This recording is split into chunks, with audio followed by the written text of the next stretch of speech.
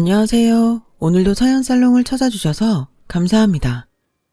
서울에 살고 있는 30대 여성이에요. 어른들이 그러잖아요. 남자가 사람 좋아서 뭐 했으냐고요. 그저 돈 잘 벌고 아내 위할 줄 알면 그만이라고 말이죠. 그런 의미에서 본다면 제 남편은 그리 좋은 남편은 아닐지도 몰라요. 왜냐고요? 제 남편은 사람은 좋은데 돈 버는 재주는 좀 떨어지고 대신에 저를 무척 아껴주는 사람이거든요. 그러니 어른들 기준으로 점수로 환산해보면 한 30점 정도 되겠네요. 하지만 저는 이 30점짜리 남자가 세상에서 가장 멋지고 대단해 보여요. 어려운 상황에도 인간애를 잃지 않고 나답게 살아가는 사람이니까요. 요즘 같은 세상에 나답게 산다는 건 대단한 의지가 아니고선 불가능한 일이 아닐까 생각해요. 때로는 보고도 못 본 척 넘겨야 하는 일이 많잖아요. 그래야 일신이 편하고 때로는 불의에 잠시 눈 감을 줄 알아야 집단에서 따돌림을 당하지 않으니까요. 그러니 그러지 못하는 제 남편의 성격은 사는데 얼마나 큰 장애물이 되겠어요. 그럼에도 자신을 잃지 않고 꿋꿋하게 살아가니 멋진 사람이죠. 말은 이렇게 하지만 사실 저도 처음엔 이런 남편이 마음에 들지는 않았어요. 좀 미련해 보였거든요. 하지만 막상 제가 어려움에 빠져보니 이 남자의 진가를 알겠더라고요. 저는 한동안 직장 상사의 괴롭힘을 당한 적이 있어요. 유부남이었던 상사가 제게 치근덕대길래 자꾸 이러시면 사내 인권위에 진정서를 넣겠다고 했더니 그때부터 저를 괴롭히기 시작한 거죠. 치마를 입고 출근하면 남자 꼬시려고 발악을 한다고 빈정대거나 남자 직원들과 탕비실에서 커피라도 마시고 있으면 다가와 김대리도 조심해. 진영씨 아주 무서운 사람이거든. 말 몇 마디 섞었다간 성희롱 당했다고 인권위에 진정서 넣을지도 몰라. 이러면서 말이죠. 그런 일이 반복되자 회사 사람들이 하나 둘 저를 피하기 시작했어요. 왕따가 된 거죠. 그 일로 저는 정신과 상담까지 받아야 했지만 상사의 태도는 여전했어요. 오히려 제가 정신적으로 문제가 있는 것처럼 떠들어댔죠. 이러다간 피말라 죽을 것 같다는 생각이 들 정도였어요. 그래서 사직서를 썼는데 그걸 제 남편이 본 거예요. 남편은 제게서 사직서를 뺐더니 다짜고짜 상사에게 가서는 이제 그만하시죠. 아무리 직장 상사라도 개인의 인권을 침해할 권리는 없는 거 아닌가요? 애초에 결혼까지 하신 분이 여직원한테 불필요한 행동을 하다 거절당했다고 안갚음을 하시는 것 같은데 비열한 행동 같습니다. 이진영 씨한테 사과하시고 이쯤에서 그만하시죠. 남편의 행동에 상사가 얼굴을 붉히긴 했지만 다행히도 이후로는 저를 괴롭히지는 않았어요. 하지만 남편은 그 일로 상사의 눈밖에 나는 바람에 큰 프로젝트에서 번번이 밀리고 말았어요. 상사가 희망퇴직자 명단에 올라 회사를 떠날 때까지 말이죠. 그 일이 있고부터 남편이 전과는 달라 보였고 그렇게 저는 마음을 열게 되었어요. 왜 사람이 그렇잖아요. 좋게 보면 한없이 좋게 보이고 나쁘게 보면 사소한 것 하나도 나쁘게 보이는 심리 말이에요. 제가 그랬어요. 한번 마음을 열고 보니 남편의 약점도 그리 문제가 되지 않았죠. 하지만 제 부모님은 조금 달랐어요. 내 딸이 남들보다 나은 남자를 만나서 좀 더 편하게 살기를 바라셨을 테니까요. 하지만 제 남편은 저희 부모님의 기대와는 달리 불우한 가정에서 고생하며 자랐거든요. 7살 무렵 부모님이 이혼을 하시고 엄마와는 연락이 끊긴 채 아빠랑 단 둘이 살다가 초등학교 2학년 때 아빠마저 세상을 떠나시는 바람에 친할머니 댁에 보내지게 된 거죠. 친할머니는 평소엔 남의 집 품앗이를 하거나 나무를 뜯어 장에 내다 팔곤 하셨고 늦가을부터는 붕어빵 장사를 하며 생계를 이어가셨어요. 큰아들은 서울에서 건축설계 사무실을 하고 있고 그 밑으로 3살 터울인 딸은 남편과 보습학원을 하고 있지만 몇 년에 한 번 집에 올까 말까 할 정도로 연락이 뜸했어요. 그나마 제일 엄마를 위하던 막내 아들이 교통사고로 하루아침에 세상을 떠나버리자 혼자 남은 손주를 시설에 보낼 수 없어서 혼자 살기도 빠듯한 형편에 맡아 키우게 된 거였죠. 물론 얼마 안 됐지만 아들의 재산과 사망보험금이 있었지만 그건 나중에 손주 대학교 보내고 장가 보내는 데 쓰려고 꽁꽁 숨겨두고 사셨어요. 그런데 그동안 연락도 없던 자식들이 조카의 미래가 달린 돈을 뺏으려고 때로 몰려왔지 뭐예요. 그리곤 서로 경쟁하듯 서로 자기가 더 힘들다고 징징대기 시작했어요. 엄마, 저 정말 너무 힘들어요. 당장 이번 주까지 자재비 못 메꾸면 파산할지도 모른다고요. 엄마 아들이 신용불량자 되면 좋겠어요. 제가 이자 쳐서 꼭 갚을 테니까 그 돈 저 좀 빌려주세요. 네? 그래요, 어머님.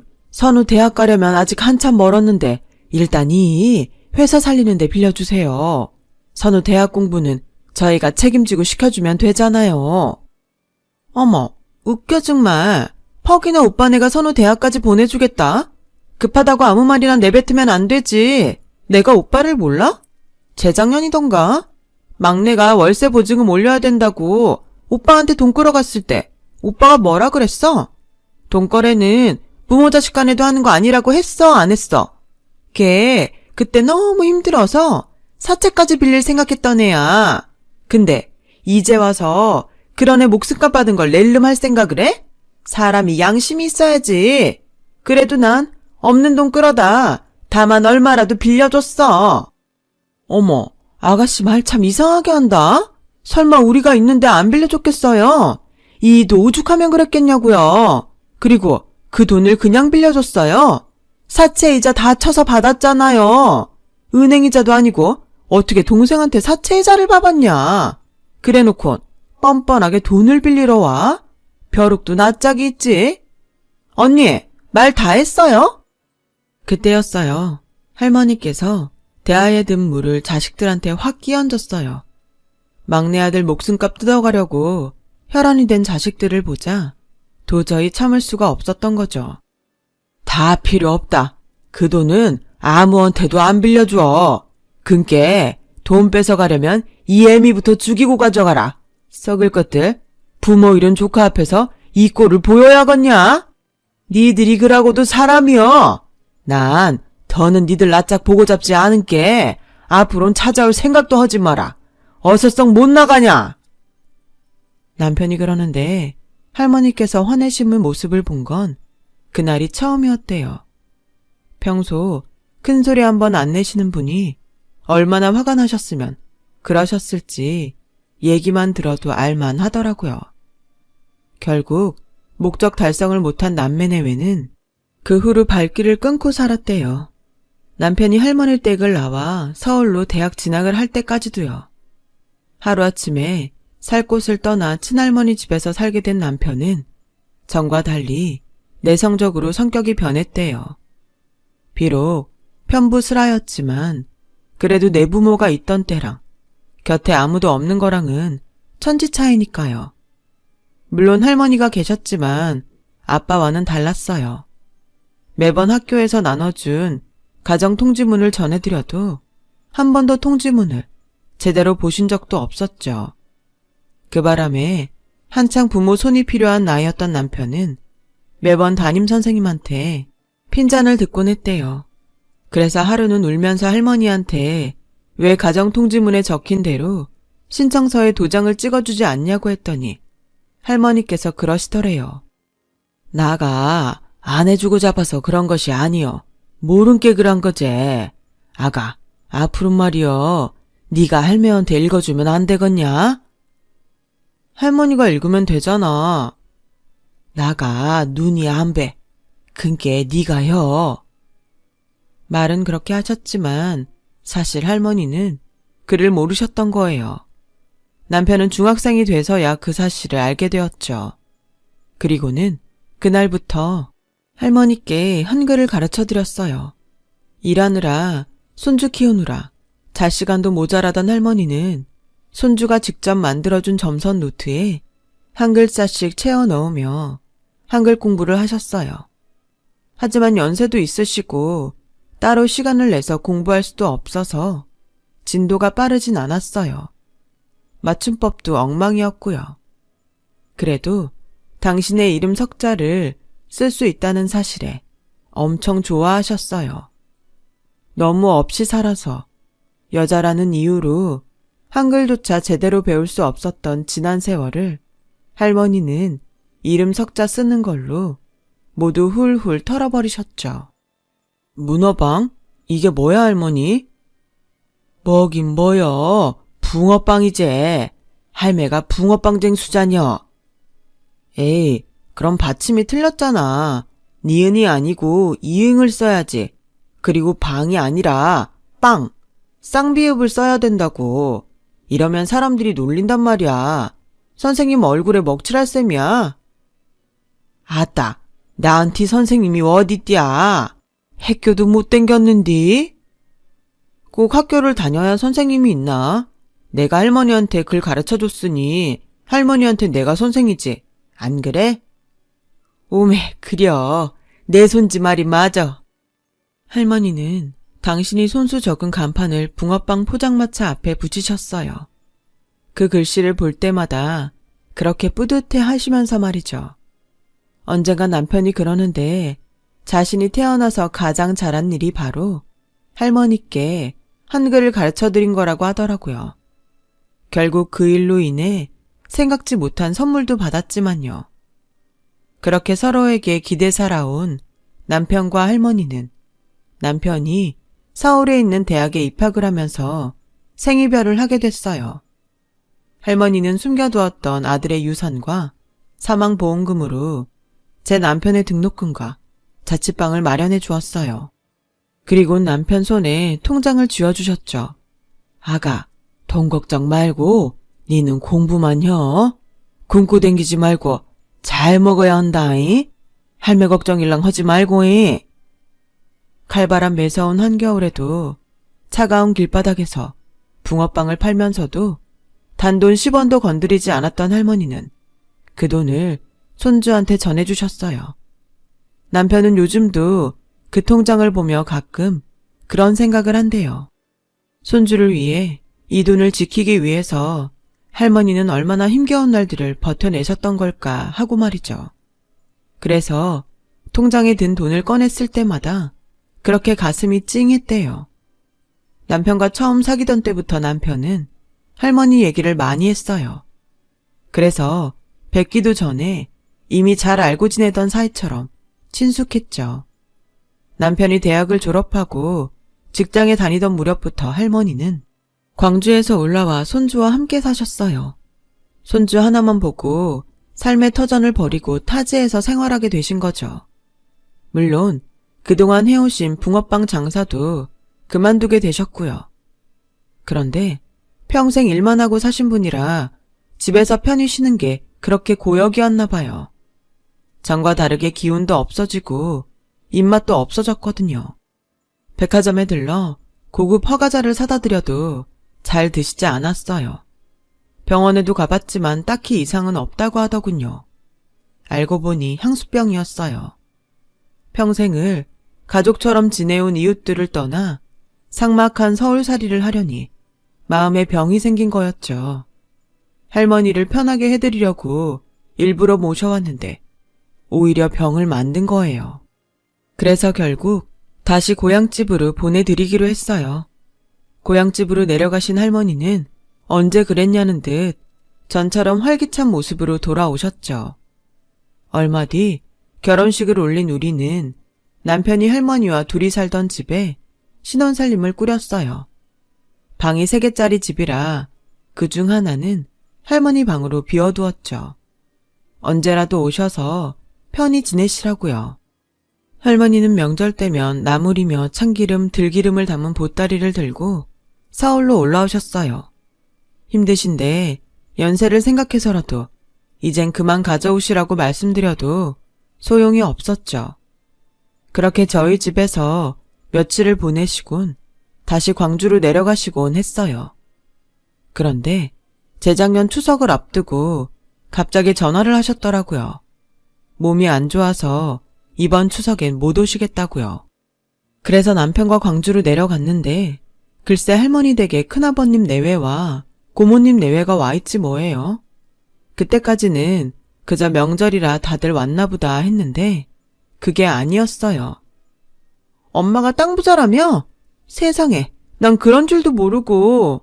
아니, 그렇게 땅이 많으면서 어떻게 지금껏 우리한테는 아무 소리 안 하고 살 수가 있어? 엄마, 정말 1억이야? 아가씨 말이 맞아요. 어쩜 이러실 수가 있어요. 우리 이 돈 때문에 그렇게 고생하는 거 아시면서 어쩌면 그동안 모른 척 하실 수 있냐고요. 정말 너무하세요. 고모님이 선산을 담보로 대출 좀 받을까 하고 알아봤다가 할머니 앞으로 엄청난 땅이 있다는 걸 알게 된 게 비극의 시작이었어요. 그 소식을 들은 큰아버님 내외가 득달같이 달려오면서 또 다시 땅을 뺏으려는 전쟁이 벌어진 거죠. 하지만 자식들의 앙탈을 넘어선 협박에도 할머니는 꿈쩍도 안 했어요. 그러자 남매는 다른 방법을 썼죠.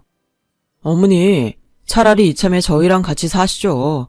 안 그래도 연세도 있으신데 혼자 계시는 게 내내 걱정이었거든요. 아예 저희랑 같이 올라가세요. 그래요, 어머님. 애들도 다 커서 집에 빈 방도 많아요. 저희랑 가세요. 어머? 언니가 언제부터 우리 엄마를 챙겼다고 그래요? 됐으니까 엄마, 우리랑 가요. 며느리보다는 딸이 편하지 않겠어요? 그동안 명절은 물론 할머니 생신 때도 전화 한 통 없던 인간들이 땅에 눈이 시뻘게 져선 서로 할머니를 모시겠다고 난리더라고요. 남편과 저는 그 모습에 진저리가 터졌어요. 하지만 섣불리 끼어들었다간 저희도 땅 때문에 할머니를 노리는 것처럼 보일까봐 아무 말도 할 수 없었죠. 그래서 결국 할머니는 서울 큰아들 집으로 가게 되셨어요. 그날 이후 할머니 소식이 궁금하긴 했지만 큰댁에 전화를 드려도 할머니와는 통화조차 할 수 없었어요. 그러다 몇 개월 뒤 고모님이 큰 집에 들이닥쳐 할머니를 뺐다시피 데리고 갔다는 얘기를 들을 수 있었죠. 고모님 말로는 며느리한테 구박받으며 사느라 팍 늙어선 피골이 상접해 있길래 자기가 모시고 간 거라고 했지만 그 말도 믿을 순 없었죠. 고모님 댁으로 거처를 옮기신 할머니는 가끔 저희 남편한테 전화를 하셨어요. 오메 내 새끼 잘 살고 있냐? 할매는 잘 살고 있다. 밥도 잘 먹고 잠도 잘 자고 호강하고 살고 있다. 우리 손주 며느리는 잘 있냐? 그것이 손발이 차서 걱정인데 요샌 어떻게 지낸디야? 네, 잘 지내고 있어요. 그나저나 할머니 목소리가 왜 그렇게 힘이 없어요? 어디 아프신 거 아니에요? 암시롱 않다. 네 고모가 밥도 잘 주고 옷도 이쁜 걸로 사다 주고 나가 아주 호강하고 산다. 근께 걱정을 말아야. 알겠제? 호강하고 사신다는 말을 곧이곧대로 믿은 건 아니지만 그래도 목소리라도 들을 수 있어서 다행이라고 생각했어요. 그래서 남편이랑 고모님 댁에 가겠다고 했더니 고모님이 수화기를 뺏어 들곤 됐다. 올 것 없어. 니들 와봤자 나만 더 힘들어. 어른 모시면서 손님 치르는 게 쉬운 일인 줄 아니? 전화로 자주 안부 전하면 되니까 그렇게들 알아.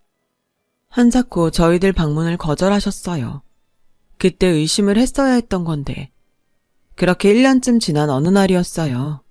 제가 첫애를 임신하게 되었죠. 기쁜 소식을 할머니께 알려드리려고 고모님 댁에 전화를 했는데 말도 안 되는 핑계를 대면서 할머님을 바꿔주지 않는 거 있죠. 그래서 혹시 어디 아프신 거냐고 물었더니 대뜸 이러는 거예요. 예쁘다 예쁘다 하니까 아주 어른 상투까지 잡으려드네. 설마 내가 엄마를 어떻게 했을까봐 이러는 거야? 괜히 쓸데없이 끼어들지 말고 네 할 일이나 해. 그러곤 전화를 끊어버렸어요. 그렇게 며칠이 지났는데 불안한 마음이 가시지 않는 거예요. 그래서 남편한테 있었던 얘기를 했죠. 그랬더니 남편이 바로 고모님 댁으로 달려간 거예요. 그리고는 다음 날이 돼서야 집으로 돌아왔더라고요. 한숨도 못 잤는지 몰골이 말이 아니었어요. 그래, 무슨 일 있었냐고 물었더니 글쎄, 할머니가 사라지셨어.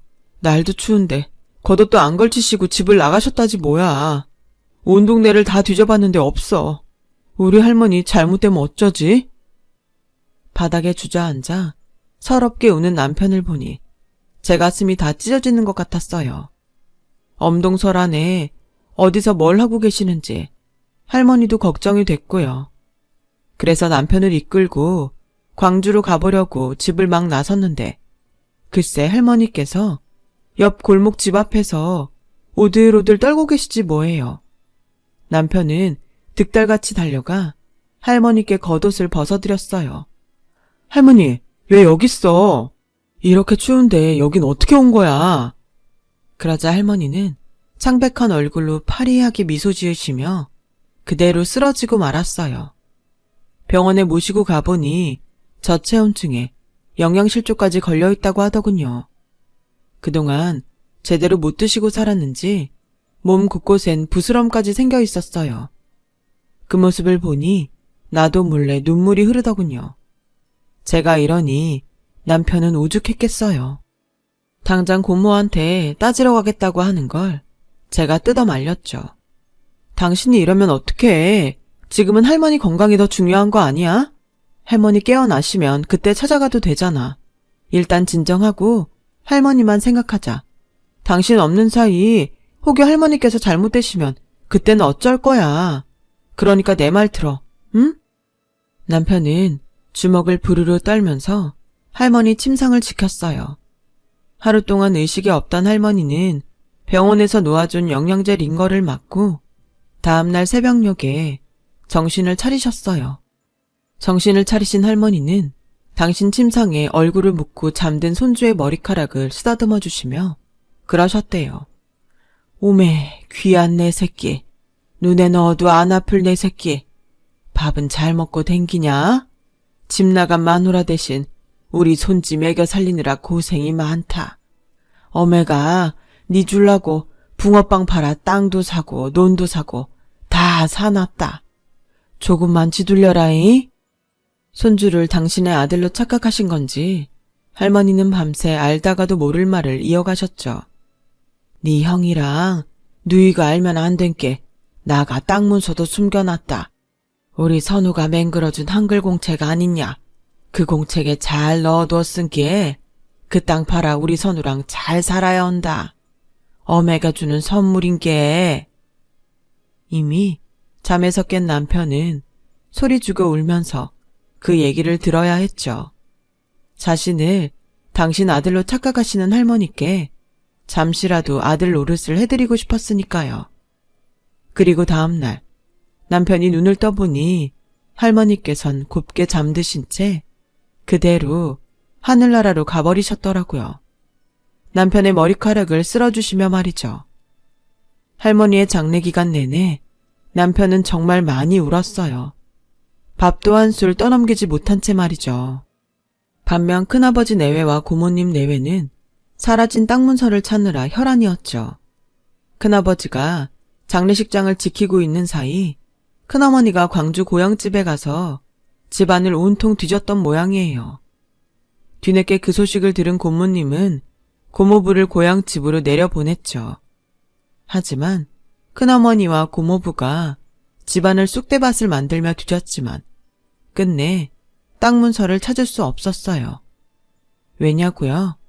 할머니께서 땅 문서를 숨겨둔 한글 공책은 바로 저희 집에 있었으니까요. 할머님이 마지막으로 명절 무렵 저희 집을 찾으셨을 때 할머니께서 저희 집에 마련된 당신 방에 가져다 놓으셨거든요. 장례가 끝난 뒤 저와 남편은 할머니의 한글 공책을 펼쳐보았어요. 그리고 그 안에 적힌 편지를 보고는 가슴이 먹먹해 말을 이을 수가 없었죠. 눈에 넣어도 안 아픈 내 손지 선우야. 나가 늦음하게 손지 덕분에 요렇게롬 글도 배우고 내 이름도 쓰게 됐네.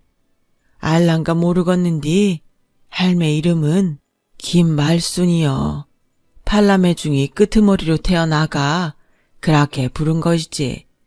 근데 그 이름을 나가 70이 넘어서야 쓰게 되었다. 그것이 다 우리 손지 덕분이여. 할매가 그 은혜는 평생 못 잊는다.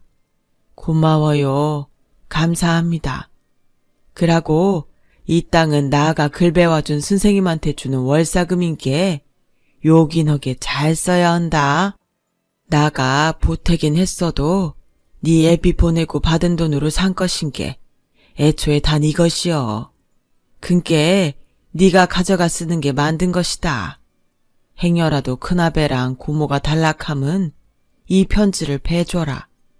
그러면 암시롱도 못할 것인게 할매가 주는 월사금인께로 알겠냐? 네가 태어날 적에 하도 이삐서 봄은 달아날까봐 애껴봤다. 니는 내한테 그런 손지다. 근께 할매 잊지 말고 기억해라. 남편은 할머니의 노트를 끌어안고 어깨가 들썩일 정도로 오열했어요. 보기만 해도 다를까봐 아껴봤던 손주를 남겨놓고 가셔야 했던 할머니를 추억하며 말이죠.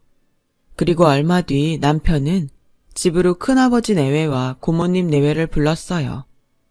처음엔 바쁘다고 안 온다던 사람들이 땅 문서를 찾았다고 하니 득달같이 달려왔더군요. 그리고는 빚 받으러 온 빚쟁이처럼 들어서자마자 땅 문서를 내놓으라고 윽박질렀어요. 금방이라도 달려들어 물어뜯을 것 같은 사람들 앞에 남편은 할머니가 남겨주신 땅 문서를 내던졌어요. 고작 이것 때문에 그러셨어요? 골방에 할머니를 가둬두고 땅 문서 안 내놓는다고 굶기고 겉도 모자라 그 추운 날 내쫓으셨냐고요. 당신들은 사람 새끼도 아니야. 여우도 죽을 땐 고향 쪽으로 고개를 돌린다는데 어떻게 제 부모한테 그럴 수가 있냐고. 그러고도 땅은 탐났나 보지? 땅 문서 찾았다는 말에 기를 쓰고 달려온 거 보니. 근데 당신들이 원하는 대로 되진 않을 거야.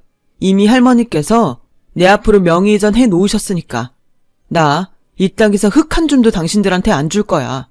무정한 자식들 손에 돌아가신 할머니를 생각해서라도 절대로 안 줄 거라고. 그러자 큰아버지가 달려들어 남편의 뺨을 쳤어요.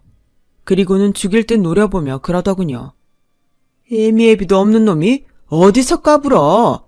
니깟 놈이 이렇게 나온다고 이 땅이 다 니 차지가 될 것 같냐? 무식한 놈? 어림도 없어. 재판 걸면 우리한테 유산상속 유류분은 넘어오게 돼 있으니까 대가리에 피도 안 마른 게 어디서 건방을 떨어, 배은망덕한 놈. 애미애비 없는 건 큰아버지도 마찬가지 아닌가요? 그리고 뭐요?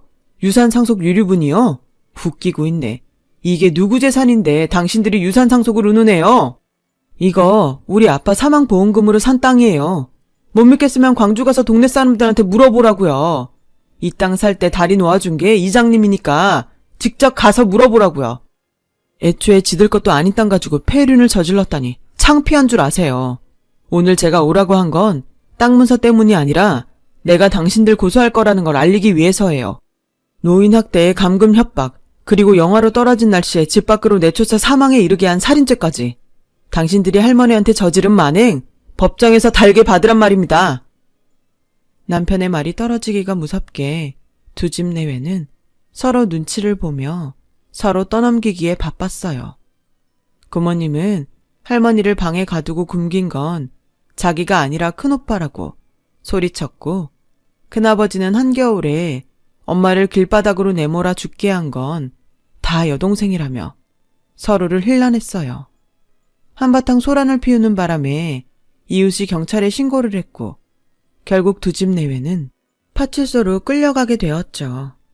그 후로 반년이 지난 지금 큰아버지와 고모님을 상대로 한 재판은 아직도 진행 중이에요. 요즘은 CCTV도 많고 녹화며 녹취가 가능한 전자기기도 많아서 의외로 증거가 많이 확보된 상태라 실형을 면하긴 어려울 것 같다고 하더라고요. 당연한 결과이긴 하지만 생각할수록 참 씁쓸하네요. 그리고 저는 출산을 앞두고 있어요. 아이를 낳을 때가 다 돼서 그런가 요즘 들어 할머니 생각이 더욱 나네요. 제 손발이 차다고 늘 손으로 문질러 주시던 그 온기도 그립고요. 생각난 김에 내일은 남편과 할머니 산소에 다녀와야겠어요. 가서 증손주 무사히 잘 낳게 해달라고 부탁도 드리려고요. 아마 하늘나라에서 도와주시겠죠? 지금까지 제 사연을 들어주셔서 감사드려요. 들어주신 분들 모두 건강하시고 원하는 일 다 이루시길 바랍니다. 여러분, 사연 댓글에 응원과 현명한 조언 부탁드려요. 좋아요와 구독은 저에게 큰 힘이 됩니다. 오늘도 좋은 일 가득하세요.